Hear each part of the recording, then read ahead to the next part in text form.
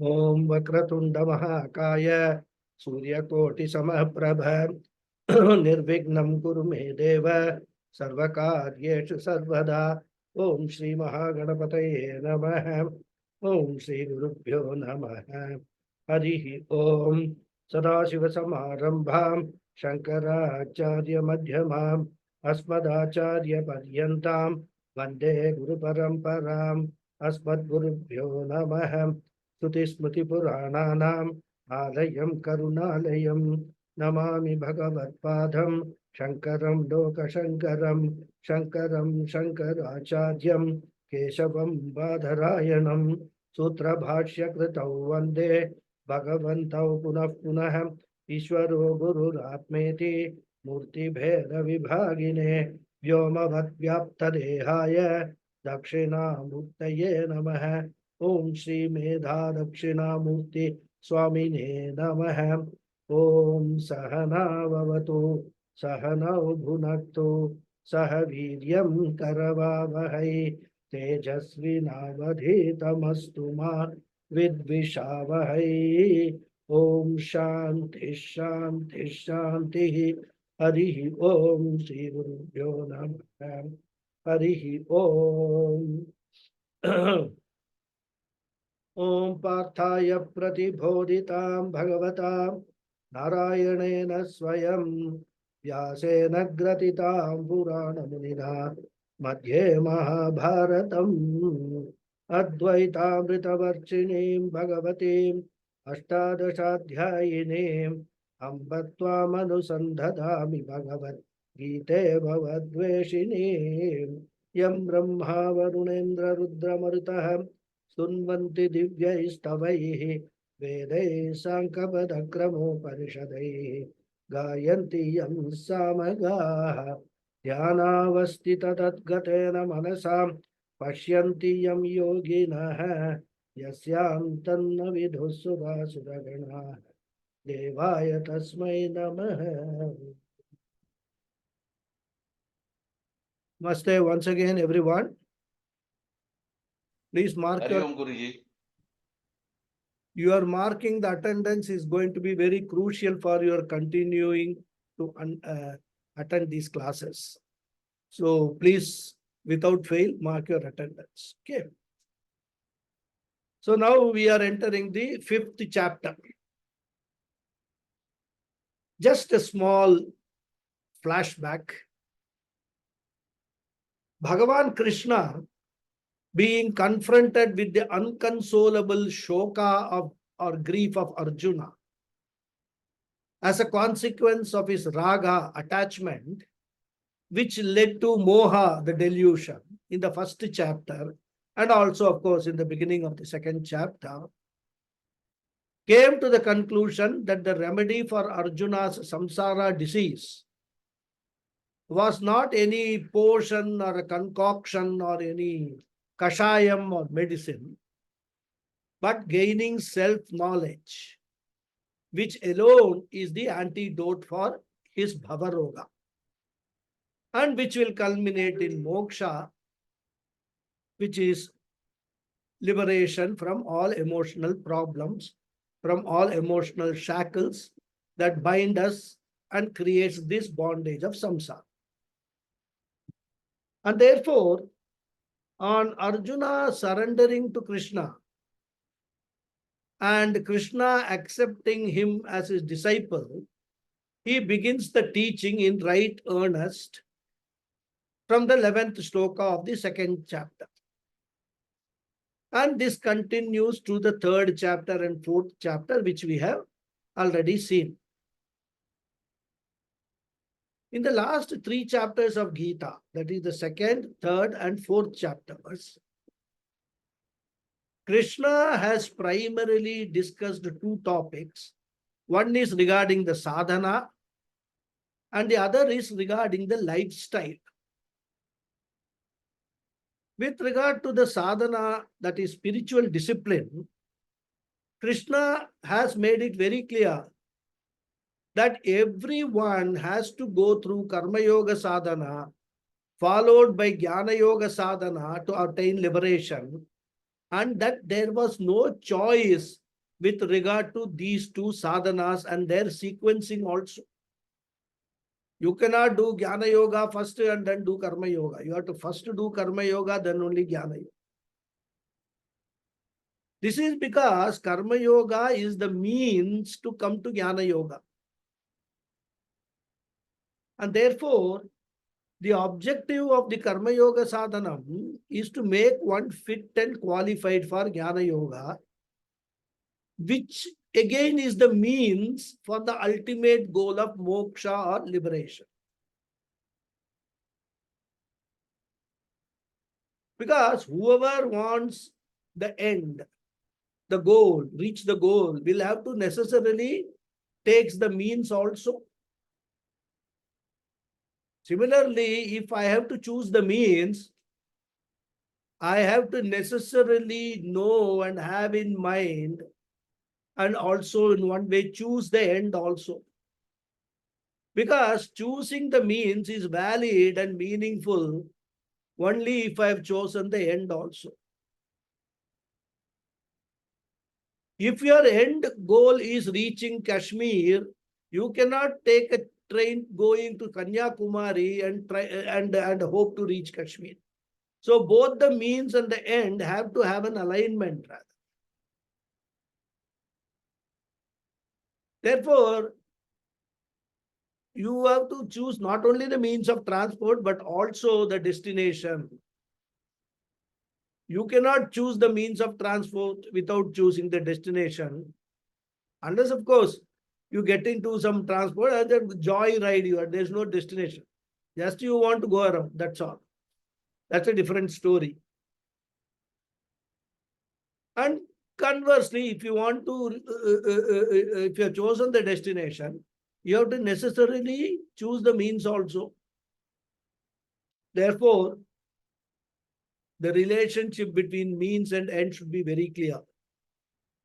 And this is what Krishna struggled to convey to Arjuna through these 3 chapters. And it's very important to understand this because still there are people who talk in terms of Karma Yoga and Jnana Yoga being alternative means for moksha. Many people also talk about alternative paths to liberation. No?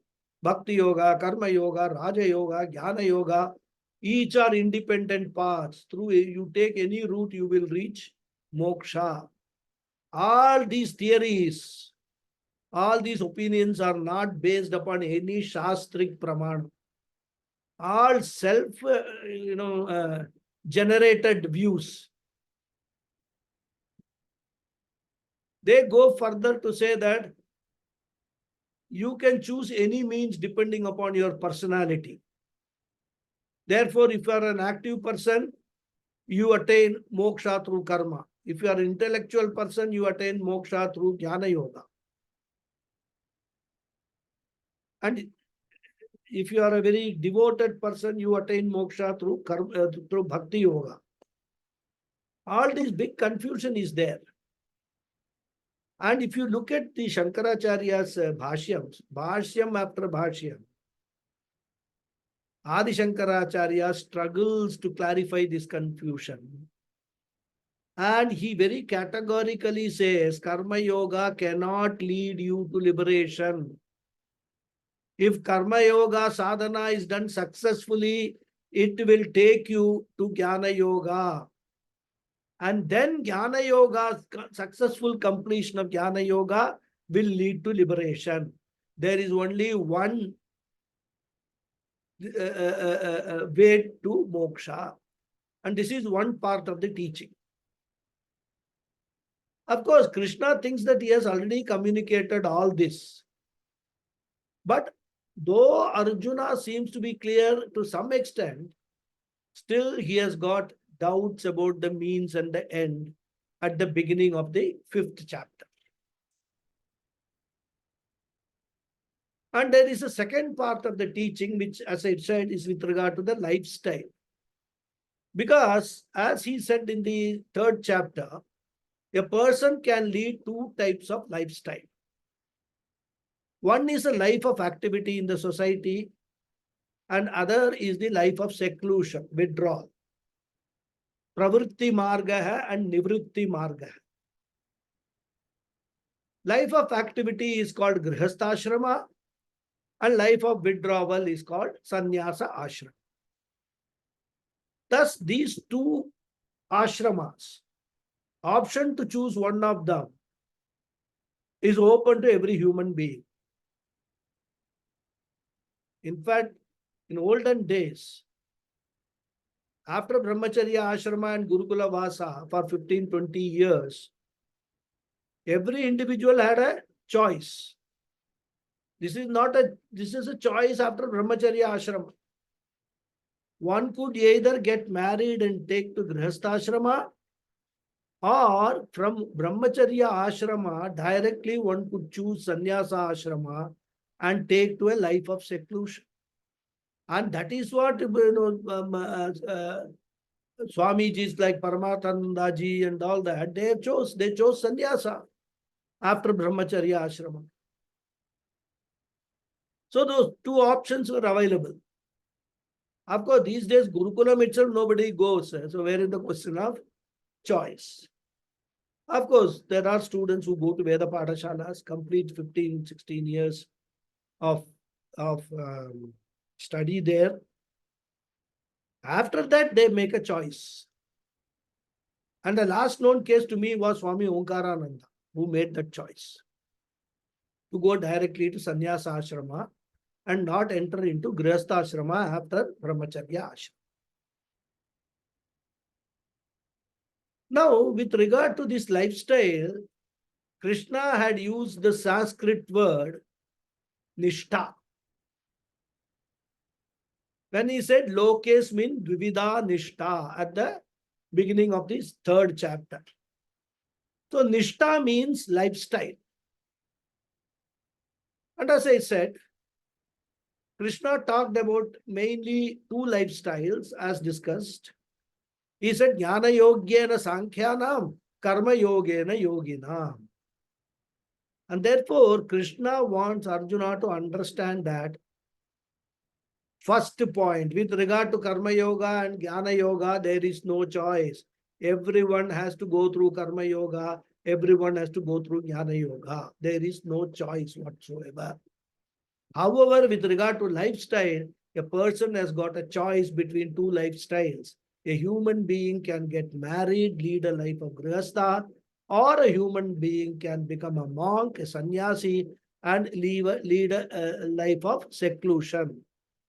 But what Krishna wants to emphasize is, whatever be the lifestyle you choose, you don't have a choice with regard to the sadhana. That means what? In both the ashramas, one has to follow karma yoga as well as jnana yoga. So in grihastha dharma, he will follow karma yoga of a grihastha. And sannyasa ashrama dharma will be karma yoga of a sannyasi. A grihastha will keep the sacred thread, and a sannyasi uses a stick, a danda. That danda or the sacred stick is like the sacred thread of a grihastha. They are meant as symbols to constantly remind one of his dharma. What his dharma is, how he should not swear away from that dharma. So a grihastha has got rituals, prayers, pujas, parayanams, etc. Sannyasi has also got rituals, prayers, pujas, and parayanams, etc. Of course, maybe of a different kind. But a sannyasi is not excluded from that. In fact, Rudram Chamakam Parayanam is advised. A sannyasi should do Rudram Chamakam Parayan, a part of his karma yoga sadhana. So a Grihastha has got a different type of Parayanam, like Vishnu Sahasrama. He can also do Rudram Chamakam, Purusha Suktam, etc. What for a sannyasi, what is the Parayanam? His Parayanam is Upanishads, Bhashyams, all that a sannyasi will do Parayan. So these are emphasized. Puja is also required for both. For a Grihastha, Saguna Ishwara namas are given like Om Namah Shivaya, Namo Narayanaya, etc. For a sannyasi, Upanishad Mahavakya mantras are given for japa. It could be Omkara japa, Hamsa mantra japa, Mahavakya japa, Aham Brahmasmi japa, Tattvamasi japa. So many, Mahavakyas are there. Sannyasi has to do those japas for not only maintaining his purity or chitta shuddhi, but also, if possible, enhance the chitta shuddhi. For a sannyasi also it is required, not that he has completely attained. He must have attained chitta shuddhi when he became a sannyasi. But in his interaction with the world, the impurities keep on gathering. You have to cleanse that on a daily basis. So sannyasi also has to do japa for that. Therefore, for both, like puja is common, both require the necessary mental condition to come to Jnana Yoga. Both the Grihastha and Sannyasi also should qualify himself or herself to come to Jnana Yoga. So what Krishna is saying, take to any ashrama, but follow Swadharma. And following Swadharma is called Karma Yoga. And by following Swadharma, you will smoothly migrate to Jnana Yoga. And once you are ready for Jnana Yoga, engage in Vedanta Vichara, Shravanam, Mananam, Nididhyasanam, self-inquiry by approaching a guru. Therefore, both persons should do Karma Yoga and both persons have to go through Jnana Yoga and both of them will get liberated. Therefore, what is the conclusion? In sadhana, there is no choice. In lifestyle, you have a choice. That is the conclusion of the 3 chapters that we have seen. Of course, I am leaving out the first chapter because there was no teaching in that. Now, the next question is, okay, Krishna has said that there are 2 lifestyles of which choice is there. Whenever we have to make a choice, any choice in our life, we always ask one question: which choice is better? Which lifestyle is better? And the answer is very obvious, which many times we don't realize. Any choice you make will have pluses and minuses. Similarly, Grihastha Ashrama and Sannyasa Ashrama have their own plus and minus points, which we have all discussed before rather. Therefore, what Krishna wants to say is that you can take to any ashrama, pursue both the sadhanas and get liberation. It does not matter what choice you make, as long as you follow the dharma of that particular choice. If you take Grihastha follow the Grihastha dharma sincerely with commitment. Similarly, Sannyasa Ashrama, follow it with sincerity and commitment. Therefore, sadhana teaching and nishtha teaching was given in chapters through 2, 3, and 4. Now, Arjuna's position is that he has understood what has been taught, but wants further clarity regarding this. And therefore, first he wants to ask about Nishta or lifestyle. Because the problem always is that once a choice is given, we face a headache, isn't it? Choice means we have to take a decision. And there are very few people in the world who will have the courage to take a decision.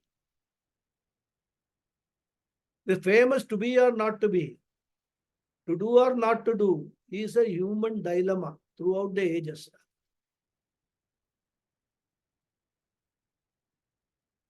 Choice makes decision making very difficult. Suppose you get admission for your son in one university only. He has done +2, applied, but admission has come for only one university. No problem, no choice. You will go and take admission there. But suppose he gets an offer from 2 or more universities. Then you face a problem. I don't know whether you have all experienced, but you must have experiences in with some other context. In fact, I have experienced one, when you want to travel, say by a bus or a train, and you enter the bus, you find all seats are empty. Now you don't know where to sit. If there is only one seat available, you will rush to that seat and sit down. Now, if all seats are empty, you will start discussing, oh, this is a window seat. This may be better. No, I will go to the front and sit there because then getting down will be easy. No, but sitting in the front, I will be very near the driver and engine. It may be hard. So I will sit at the back. Like that, your mind starts, doing all sort of permutation and combination. By the time you are able to decide which seat you want to take, other people have already entered the bus and occupied most of the seats. So whenever it comes to a matter of choice, it's very difficult to make that choice. Greatest problem in life is decision making. And that's why most people always either postpone decision making or avoid it. We don't want to take decisions because we don't want to face the consequences of our decision. We don't have the mental strength to do that. And Arjuna also, like us, faces the same problem. Since Krishna has talked about both the ashrama, Arjuna is again confused. Emotionally, his mind votes for sannyasa because the very thought that he has to fight and kill his own people drives him to choose renunciation. Till now, of course, he has not openly talked about sannyasa.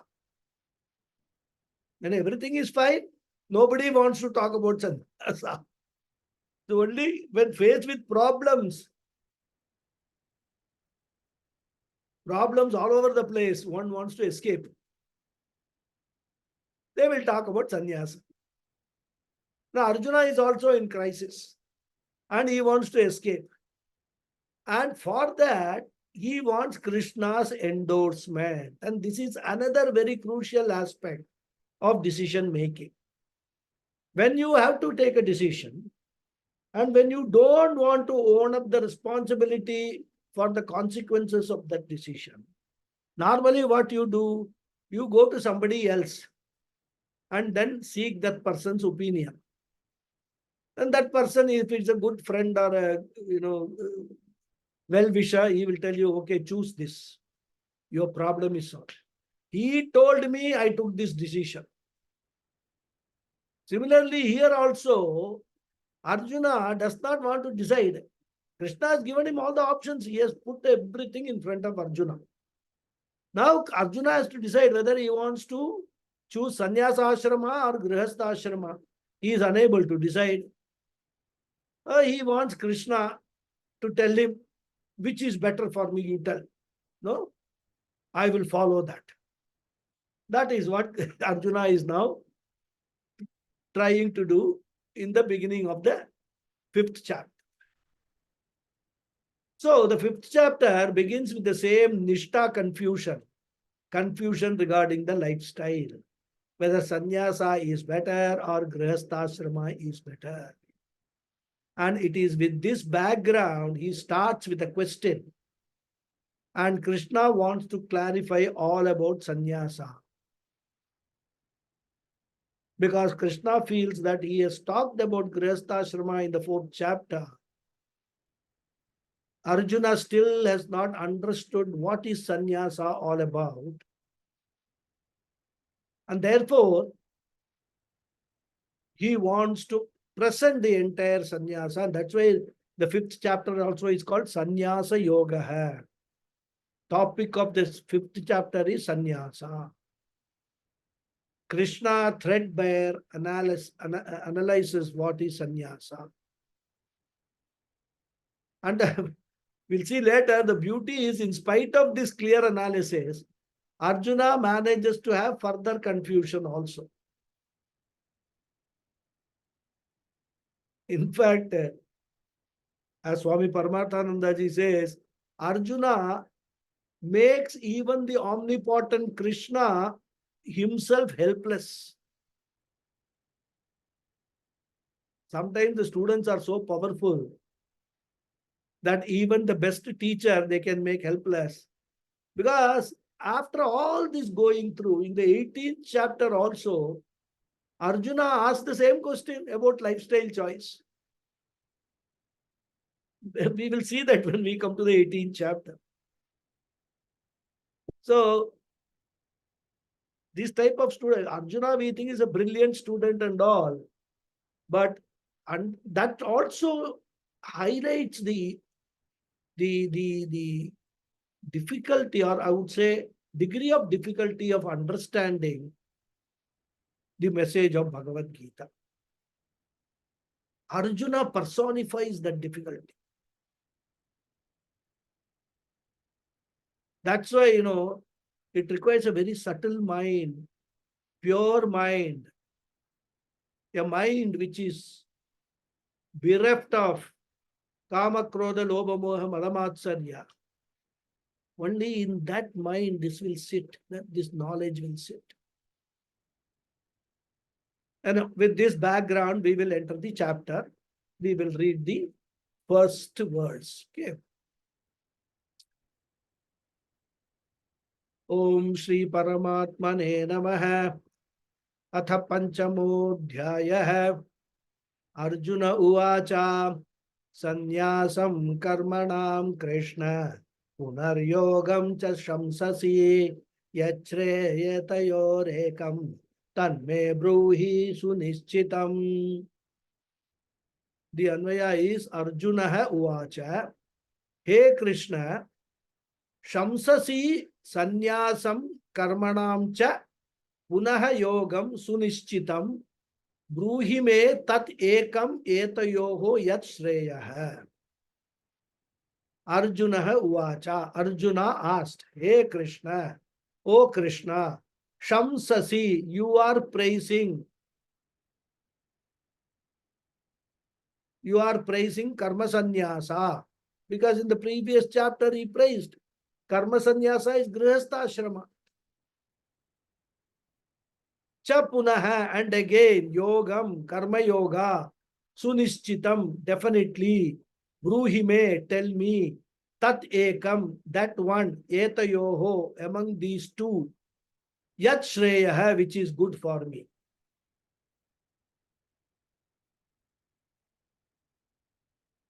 So, very clearly, very first verse, Arjuna wants to throw the ball in Krishna's court. So he says, Oh Krishna, you are praising Karma Sannyasa and again Karma Yoga. Tell me definitely that one among the two which is good for me. So, in spite of Krishna's clear teaching, Arjuna continues to have the confusion. And that is why right in the beginning of the 5th chapter, he asked the question, Hey Krishna, you are glorifying both the ashramas, Grihastha Ashrama and Sannyasa Ashrama, in the same breath. And when we read the scriptures, this is sometimes the problem with our scriptures. You will find Grihastha ashrama is also glorified, Sannyasa ashrama is also glorified, but for different reasons. In fact, Grihastha ashrama, a Grihastha is supposed to be the pillar of the society who has the responsibility to take care of all the needs of the other three ashramas. Brahmacharya ashrama, Vanaprastha ashrama, Sannyasa ashrama. Because people in all these three ashramas have to live on bhiksha alone. A brahmachari has to live on bhiksha alone. A vanaprasthi has to live on bhiksha alone, and a sannyasi also has to live on bhiksha alone. So if all the three ashramas have to receive bhiksha, somebody has to give bhiksha, isn't it? Suppose a grihastha also starts living on bhiksha. Who will be left to give bhiksha? Therefore, grihastha has to give bhiksha, and therefore grihastha ashrama is glorified in our culture, in Hinduism. There are certain monastic religions which glorify the sannyasis, and in fact, they go to the extent of looking down upon grihastha ashramas. In fact, in certain sections of Hinduism itself, there are certain sampradayas who glorify sannyasis and who criticize grihastha ashrama. In fact, sannyasis are warned against going very close to the grihasthas too much, because they say if you go close to the grihasthas, you will develop attachment. So avoid going near the grihasthas. Of course, this is majority. This is not the majority of our culture. Today, a grihastha also holds a sannyasi in very high esteem. In fact, if a sannyasi comes to his house, he considered it to be a very great honor. He will do pada puja, he will give him bhiksha. So this criticism of grihastha ashrama and all is not the Vedic culture. Grihastha ashrama is a very glorious ashrama, and to help all the other ashramas in the spiritual sadhanas. Very noble ashrama, grihastha ashrama. The significance of the word ashrama is that it refers to a place of spiritual sadhana, isn't it? Whenever we talk of ashrama, what comes to our mind? It's a spiritual place. It's a very, very, very divine place. And that is why, we call Ramana ashrama, Ramakrishna ashrama, this ashrama, that ashrama, etc. And that is why even the 4 stages of life in the Varnashrama system are also called ashramas. Brahmacharya ashrama, Grihastha ashrama, etc. Signifying that whole life should be lived as a spiritual sadhana only.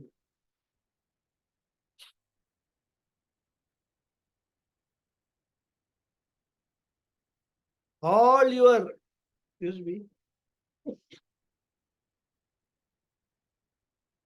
all your material pursuits should be subservient to spiritual sadhanas.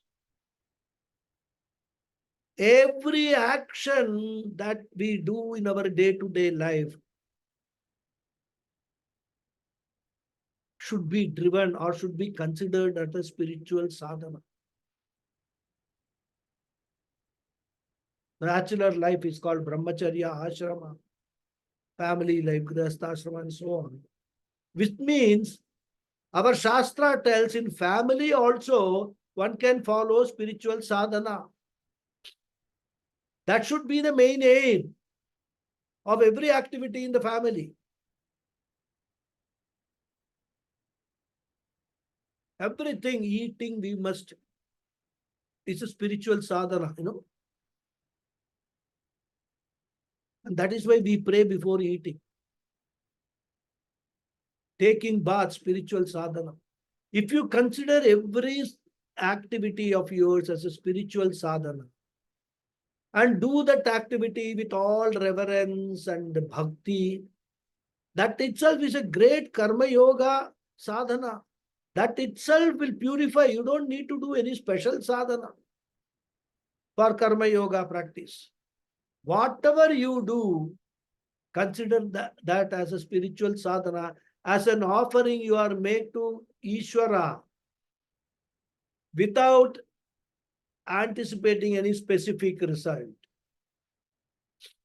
Whatever result comes, you accept it. This is the what we call the foundation of our entire culture. If we understand that and we start practicing it, our progress in the spiritual pursuit will be very fast.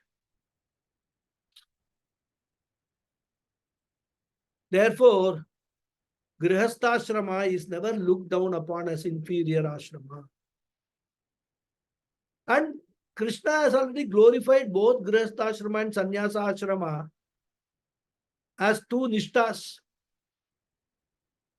Now Arjuna has to choose one. And he wants to avoid the risk and responsibility of his making the choice. So he tries to pass on the buck to Krishna and ask, Hey Krishna, yogam shamsasi. Yoga here means karmanishta, lifestyle of a grihastha, lifestyle of activity, lifestyle of social involvement. Shamsasi means you are glorifying, you are praising. So he says, you have glorified Grihastha when you said, Tyaktva karma phala sankam nitya trupto nirashraya karmanya bhipravrittopi naiva kinchit karoti saha. Fourth chapter, remember this sloka. There Krishna glorified this Grihastha. Even though the person is involved in activities, karmani abhi pravrittopi naiva kinchit karoti saha. Tyaktva karma phala sangham. Having given up, having disassociated himself with any type of karma phala, he just does the karma. So he praised Grihastha there. And Krishna had also said that a Grihastha ashrami jnani is so glorious that karmani abhi pravrittopi, even amongst activity, all activities and relationships, he is still like a lotus leaf in water, unaffected by that. And the third chapter, Krishna gave the example of Janaka Maharaja, who was in the society but was untainted. So through all these, Krishna has glorified Grihastha ashrama. And then Arjuna says, you glorified Grihastha ashrama in that verse. Next verse, what did you say? He says, Nirashir yata chittatma takta sarva parigraha shariram kevalam karma kurvannapnoti kilbisham. What you said, you also glorified sannyasa ashrama, the renunciate, the one who has given up all the karmas. Takta sarva parigraha, you said, one who has given up all possessions, relationships, which is the lifestyle of a sannyasi. That also you glorified. So in two, one after another sloka, one you glorify Grihastha ashrama, another you glorify sannyasa ashrama. Therefore, karmanam sannyasam shamsasi yogam cha. You are glorifying both. Shankaracharya in this Bhashyam adds yogam cha anushtanam cha shamsasi. You are not only glorifying the Grihastha ashrama, you are also glorifying the performance of karma in the Grihastha ashrama. And you are glorifying renunciation of karma also. So Arjuna says, Krishna I think you seem to be blowing hot and cold like the politicians' election campaign, full of contradictions. Therefore, Krishna, please tell me, what should I do? Etayoho yat shreyaha. Between these two lifestyles, tell me which one is better. Do not ask me to do both, because I can't be the grihastha and the sannyasi at the same time. I cannot follow both because both are diagonally opposite. Karma anushtanam and karma tyaga are diagonally opposite. Therefore, I cannot follow both. So necessarily I have to choose one. Therefore, etayoho ekam bruhi. Between the two lifestyles, tell me one which is better for me to choose. And again, Krishna, I don't make a wishy-washy statement. Don't say that this is also okay, that is also okay. Don't give me an evasive answer. Tat sunishchitam me bruhi. Tell me definitely, sunishchitam. If you want to take some time to think, no problem. You think about it. You know me right from my childhood, right? Think about all these things and then tell me one thing which I should do. I will wait. But do not ask me to decide. Like a politician, Arjuna is talking. I want to give the honor of decision making to you, Krishna. Politicians will talk like this only. You think it over and tell me what I should do. Tat sunishchitam me bruhi. So this is Arjuna's question. If it were any other teacher, he would have been fed up and probably would have asked Arjuna to look for some other teacher. Already I told you second chapter. I went through third chapter. I told you fourth chapter. Still you are asking the same question. But Krishna is compassionate. Lot of patience. A guru has to have a lot of patience, and he has to have a lot of compassion towards his sishyas. And moreover, he is Arjuna's close friend also. And not only that, Arjuna has said, Tvam prapannam mam shadi, I surrender to you, please teach me. Therefore, Krishna, out of his compassion, repeats the whole thing as though it's a new topic. Krishna cannot say, what Arjuna, where were you? Huh? I have talked about that only in the last 3 chapters. Were you not listening or what? Were your mind going somewhere else? Krishna doesn't want to say such things. Arjuna will feel bad. And therefore, as though it is a fresh topic, Krishna again starts the teaching from LKG. And mind you, this is nothing about Arjuna, it's about most of us.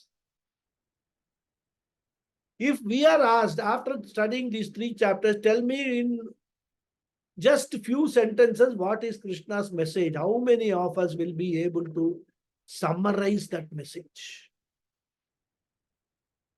We will go in like this. Krishna talked about this, Krishna talked about that. What is the message Krishna gave? Most of us will not be able to get it. Therefore, it is not that Arjuna is just a character representing us. So Krishna, the Guru, starts again from the beginning. Shri Bhagavan Uvacha Sannyasa Karma Yogascha Nishreyas Sakara Bhubhav Tayostu Karma Sannyasa Karma Yogo Visishyate. Anvaya is Sri Bhagavan Uvacha. Ubhav sannyasa hai karma yoga hai cha nishreya sakarav tu tayoh karma yoga hai visishyate karma sannyasa. Sri Bhagavan Uvacha, the Lord said, Ubhau, both. Sannyasa hai, sannyasa ashrama. Karma yoga, cha karma yoga, nisreya sakarau, are conducive to liberation. Tu tayoho, however, among these two, karma yoga, visishyate, is better, karma sannyasat, than sannyasa. What did Arjuna ask? Tell me one of the two which is better for me. Krishna does not give a direct answer. Krishna does not want to decide on behalf of Arjuna. No guru will decide on behalf of the Shishya. Decisions in life has to be taken by the person who has to live the decisions. Decision making, there is no escapism possible. And that is why, most of the, in many families, rather, I wouldn't say most, many families, parents take the decision on behalf of the children, and tomorrow something goes wrong, parents get blamed for that. Children have grown up, their life, let them take their own decisions. You can be a guiding factor, you can tell the pros and cons of any decision, but don't take the decision on their behalf. So here Krishna says, both sannyasa, karma yoga are conducive to moksha, liberation. However, among these two, karma yoga is better than sannyasa. So the first point Krishna makes is that both the ashramas are equally good. Because as I said earlier, there are pluses and minuses everywhere. Plus points, minus points are there. Every ashrama has got its own pluses and minuses. And that is the nature of the world. And that is why in Vedanta, the world is called Dvandva. Beautiful name, Dvandva. Dvandva means pair. The whole world, if you observe, every aspect of it is a pair of opposites. Night and day, cold and hot. All our experiences, if you think about it, are pair of opposites. Dvandva only. Nothing in the creation is absolutely good. Nothing in the creation is absolutely bad. Everything in the creation has its own advantages, plus points, and also minus points. Take any example. Take the rented house versus own house. Bachelor life versus married life. So many, any example you consider, there will be always pluses and minuses. Therefore, Krishna says both ashramas are equally good. Sannyasa karma yoga cha ubhau nisreya sakarau. Both ashramas are equally good for following karma yoga sadhana and jnana yoga sadhanas. In grihastha ashrama, karma yoga can be efficiently followed, but for jnana yoga, the obstacles are more because you require an undistracted life. In grihastha ashrama, the duties of grihastha ashrama are seen as obstacles. You have to attend this wedding, you have to attend that funeral, you have to travel. So many things are there. Today there is a Gita class, but I cannot attend because there is a function at home. There is Navaratri. I have to go from house to house to collect chundal packets. I can't attend the class. So many obstacles are there. Then the class is about to begin. You ring a bell. Some visitors have come. Now what do? You tell the visitors, I am going to attend a Gita class. They will say, forget Gita and all. We have come after such a long time. Spend time with us. So there will be various distractions. Therefore, in Grihastha Ashrama, Karma Yoga can be ideally followed, but for Jnana Yoga, conducive conditions and even time will not be there. In contrast, in Sannyasa Ashrama, Karma Yoga cannot be ideally followed because the sannyasi does not have any resources to do a lot of karmas. There is no money and other resources. A sannyasi cannot do annadhanam. So good karma, he has to manage with limited activities like japa, puja, sushrusha, guru sushrusha, etc. Therefore, there are certain advantages in following some sadhanas and certain disadvantages in following others, certain other sadhanas. But in both, you can follow the sadhanas and attain liberation. Therefore, he says, Ubhau api nishreyasakarau. Nishreyasaha means moksha. In both ashramas, one can follow the sadhana and attain liberation. So, if both are equal, you cannot talk about inferiority or superiority, isn't it? But one thing is still possible. What is that? With regard to a particular person and the mental makeup, we can say that for this particular person, this ashrama is safer. For the other particular person, this ashrama is more conducive. It is like making a choice when you go to middle or high school, you know. I'm sure every student, as students, we have faced, and our parents also face. We as parents also face when our children go to the high school. Whether science group is better, arts group is better, or commerce group is better. And within science group also there are choices. There is a biology stream, there is an engineering stream, etc.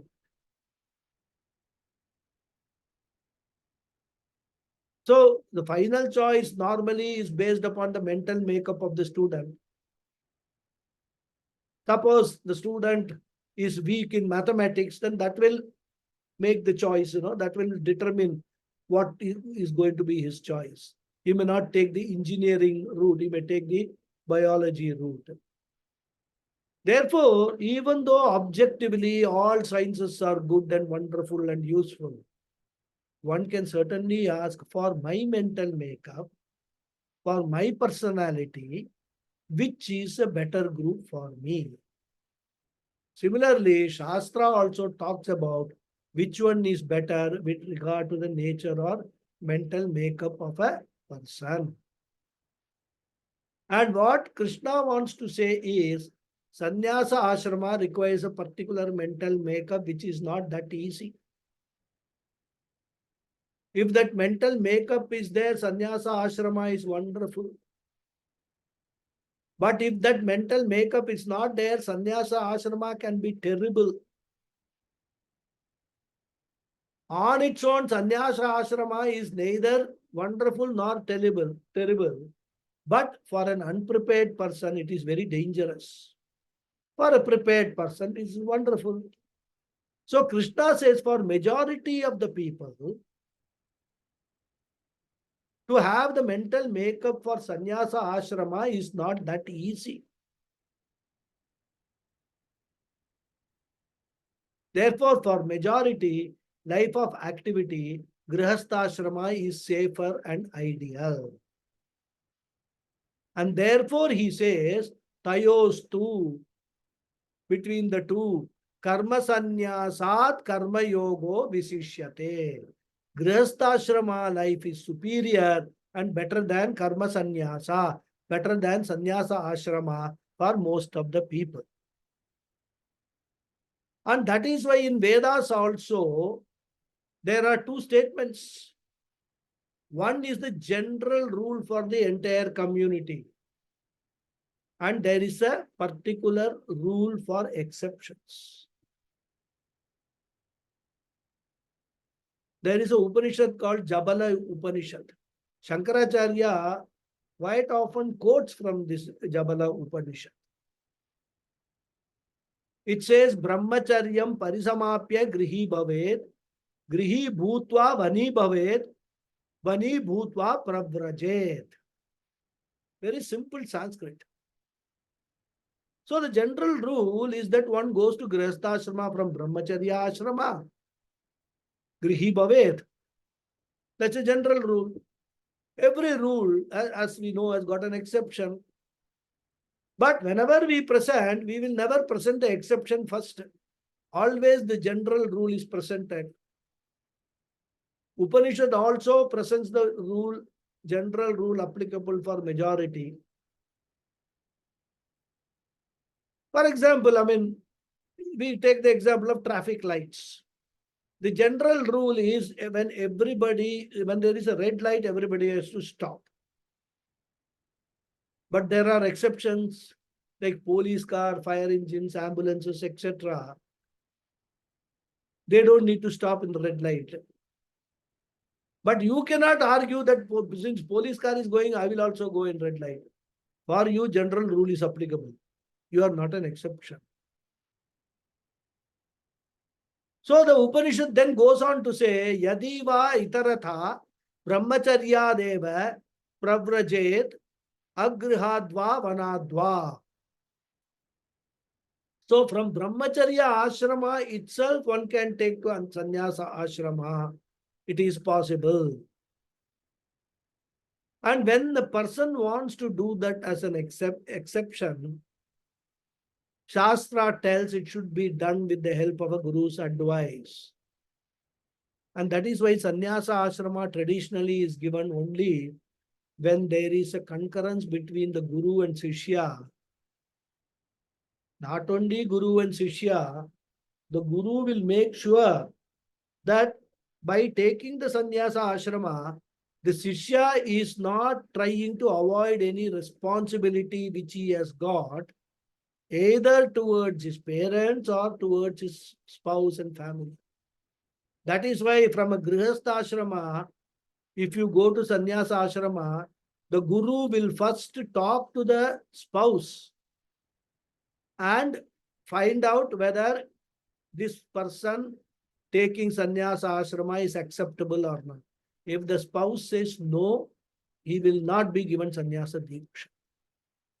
Similarly, for a brahmachari, the guru will talk to the mother of the brahmachari and seek her permission whether this boy can take to sannyasa or not.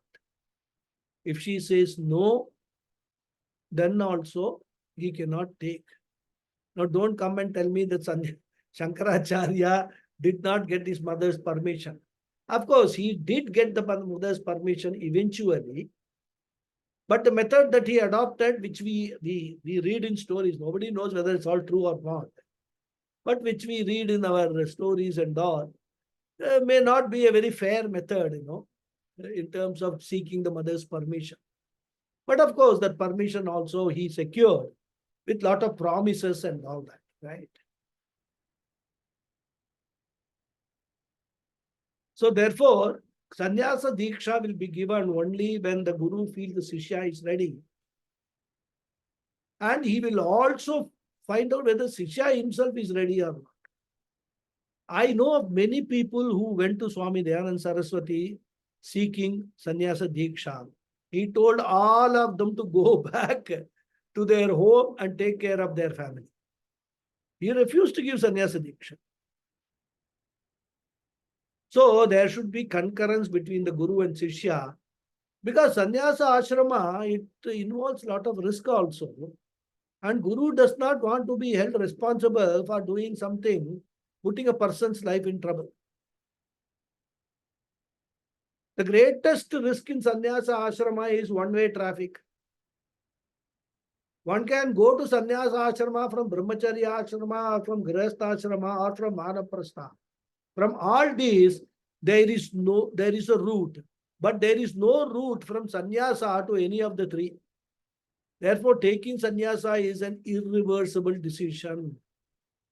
And therefore, Krishna says, Tayoho tu, between the two ashramas, karma sannyasat, from sannyasa ashrama, with regard to sannyasa ashrama, karma yoga hai visishyate. Grihastha ashrama excels. It is a better choice. And when he says it is a better choice, it is not better choice for everybody. It is a better choice for majority of the people. And that is why we say Gita is meant for general public. Whereas Upanishads always addresses mature people, and therefore you will find Upanishads glorify sannyasa. न कर्मणा न प्रजया धनेन त्यागेनैके अमृतत्वमानसु वेदांत विज्ञान सुनिश्चितार्थ संन्यास योगात्.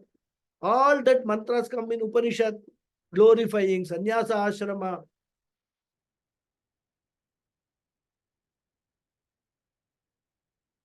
If you read Shankara Bhashya 10 times more, Shankara will, Acharya will say you can come to Jnana Yoga only if you are a sannyasi. That is a very extreme view he takes. Anyhow, we will stop here and continue in the next class.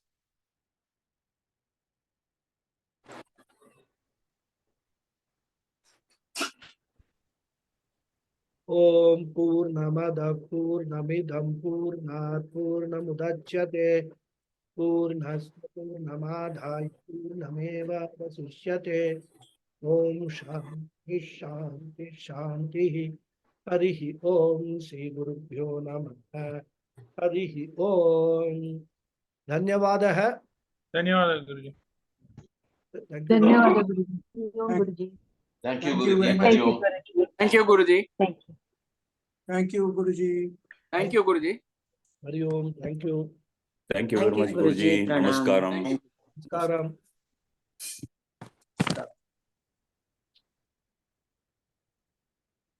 Any questions?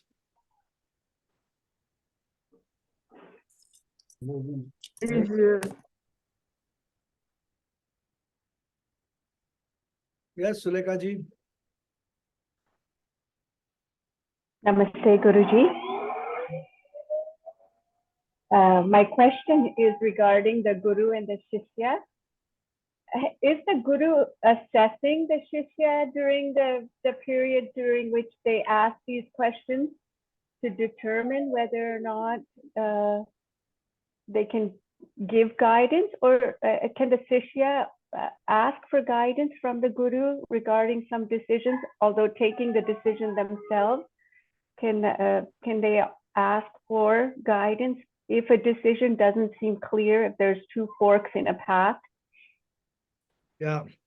See, Guru through teaching will only clarify all the doubts that Shishya has to help the Shishya to make up his mind what he wants to do.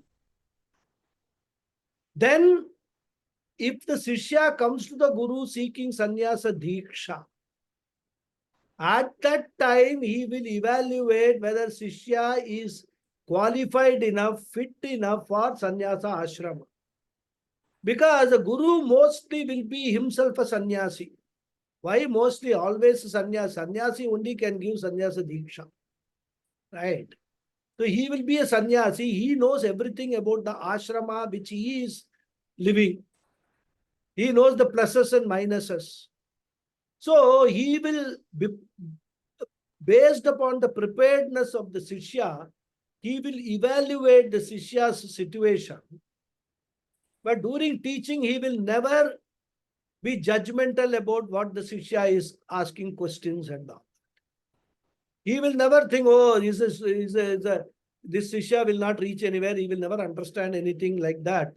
If Arjuna, if Krishna had talked about that or thought about that about Arjuna, fifth chapter beginning, one sloka, he would have stopped the teaching.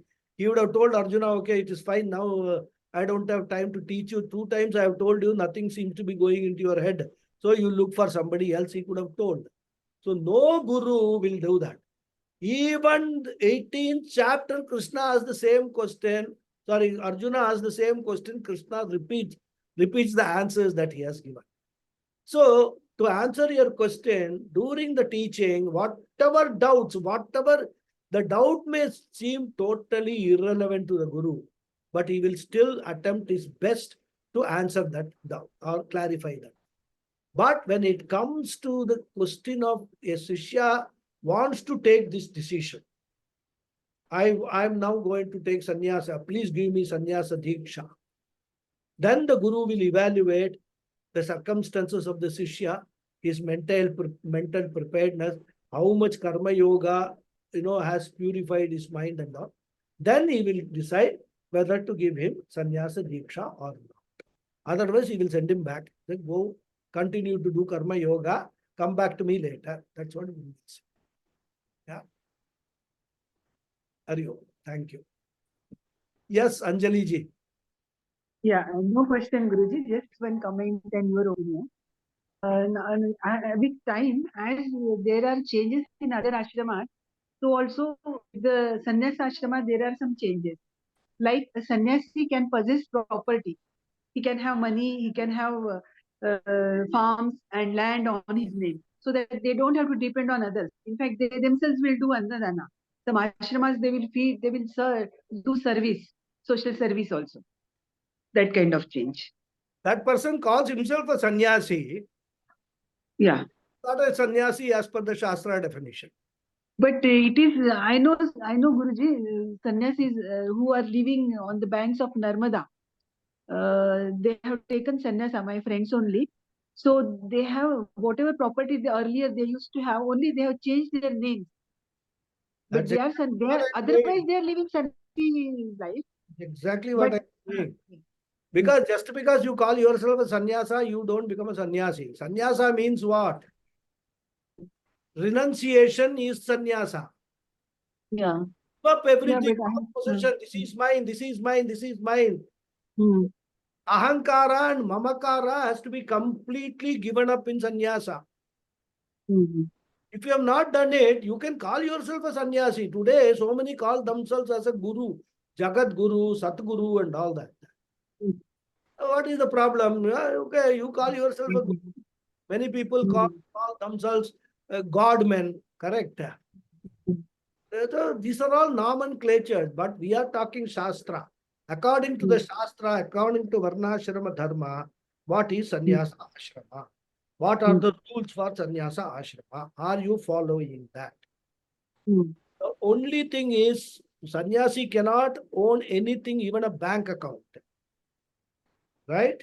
Now, what happens? People are in Grihastha Ashrama, they have got all these possessions.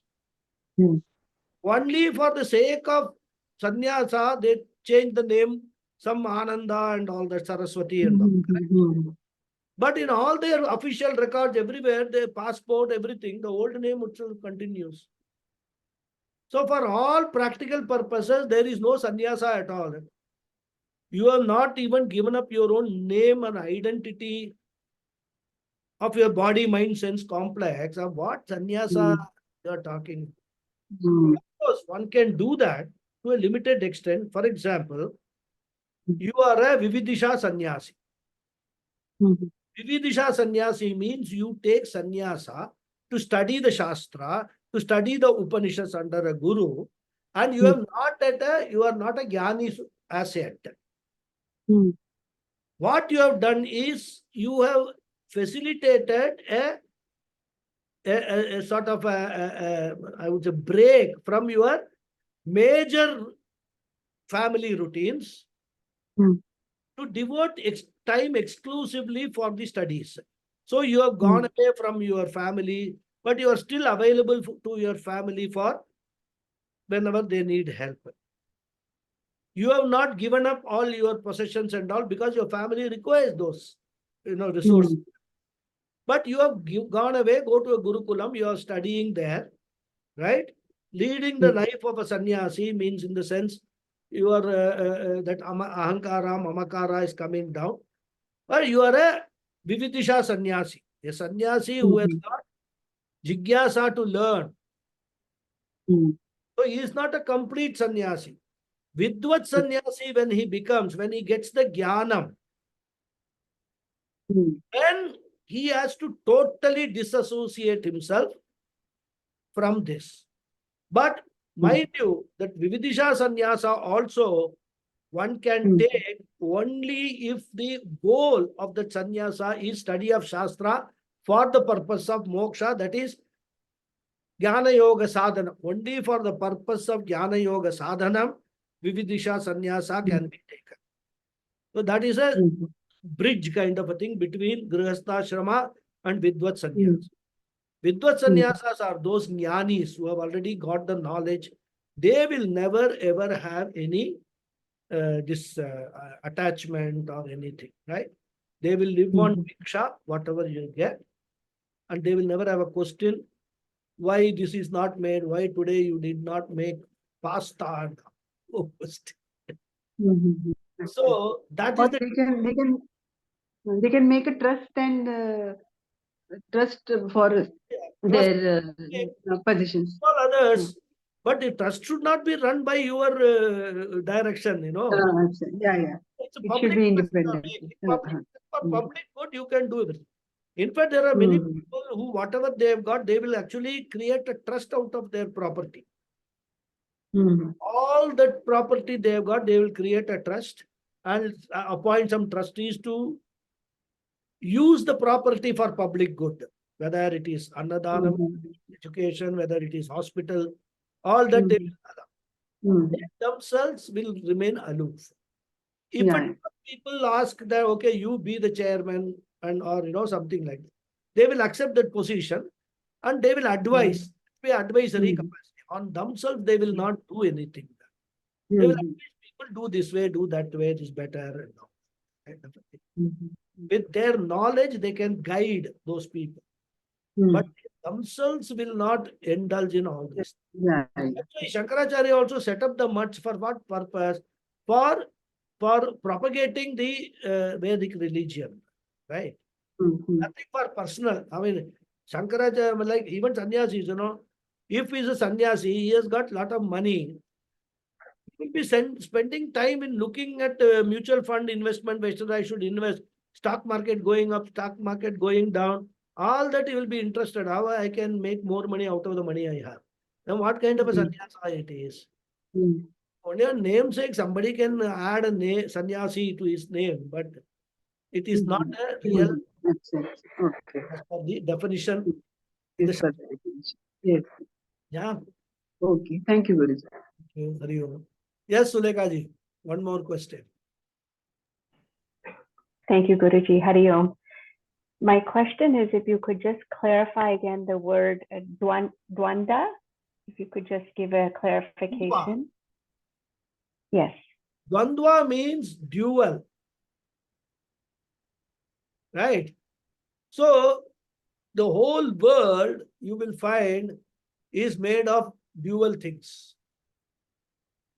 There's nothing good, nothing bad. Everything has got good and everything has got bad also. So it's opposites. So when we talk about Shah, you remember as one of the qualifications in Sadhana Chaturthya Sampatti, the Titiksha is what? It is understanding and accepting the duality, forbearing, rather gaining the capacity to handle both the extremes, both all the duality of the world, hot and cold, true and lie. You cannot say truth. There is only one thing which is true. There are so many relative truths in the world, rather, right? So one absolute truth, but relative truths are many, rather. So like that, dvandva means in Sanskrit duality. Whole world is consisting of duality only. That is what. So in that, thank you. Thank you for clarifying. And for that, then, in the sannyasa ashrama, the duality that is in the world, does the sannyasi see that duality, or is it just an acceptance of the fact that there is duality and recognizing that behind that duality is one? How does one become that? You are confusing dual with duality. Duality is, we are talking about the entities, two entities. Here we are talking about the same entity having opposite characteristics. When we talk of sannyasa ashrama, it has got benefits, it has got drawbacks. When you talk of grihastha ashrama, it has got benefits, it has got drawbacks.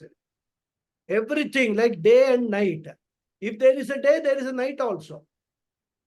If there is hot, there is cold also. These are all characteristics. So when we talk of Dvandva, we are talking about the characteristics. That way, the world is consisting of so many, this thing is not only dual, but it is plural rather, right? But every person also has got some good aspects and bad aspects, isn't it? So we cannot say this person is better than that person. Can we say? We can say if we know everything about this person, everything about the other person. But we don't know. Every person has got good aspects, every person has got bad aspects. So we can never be judgmental about anything in this world. We cannot categorically say, oh, this is very good, this is very bad. I mean, even if you take the case of medicines, some medicines may be good for some people, but the very same medicines will not be good for some other people. Having the same ailment. I mean, for example, I had a very good example just last week when I was traveling. One of my cousins whom I met, he had some problem in the leg, I mean, it's getting old and all that. Some cramps and all come in the legs and all. So I told him, why don't you take, some supplements like B12 and all that? They are very useful for such. You know what he said? He said, oh, I've got bottles and bottles of that. When I take it, I have loose motion. So the very same B12, which is good, I am taking B12, so it is helping me. The very same B12, it doesn't suit him. So whether B12 is good or not, I cannot say. If I say B12 is good, I'm telling based on my experience. He says B12 doesn't suit me based on his experience. So when you look at things in the world, everything you can analyze into positive aspects and negative aspects. With the result, what? You can never ever categorically say this is good, this is bad. And that is why Shastra says you should not be judgmental at all. You can never judge a person, anything in this world you cannot judge because you don't know about anything completely that. Isn't it? So duality is different. Dual characteristic is different. And basically, for that purpose, we have to understand only this much. When we are talking about ashrama, sannyasa ashrama, both have got positive aspects and negative aspects. That's it. Thank you. That clear? Thank you, Guruji. Thank you for clarifying that and clearing my doubts. Thank you. Risk-benefit ratio. That's what they say. Yeah, risk-benefit ratio. So, in medicine, they talk about it a lot. The doctor always says a risk-benefit ratio. Correct, correct. That is true. Yes, Hariji, what's your question? The Dvanda can it be indicated as pair of opposites, like hot and cold, soft and hard? I couldn't hear the first part of your question. No, this. Can you hear me now? Yeah, but it's very low voice. But it's okay, you go ahead. I will. No, Dvanda, can it be translated as a pair of opposites? Yes, we can. Like hot and cold. Yeah. Rich and poor and rich. Yeah. The whole world is made of a pair of opposites. Whole world is made of pair of opposites. That's how we have to understand. Dvandva as a Sanskrit word literally means two, dual. Right? Yeah. But in the context of Vedanta, when we use the word Dvandva, it means pair of opposites. Okay. Okay. Right. Any other question?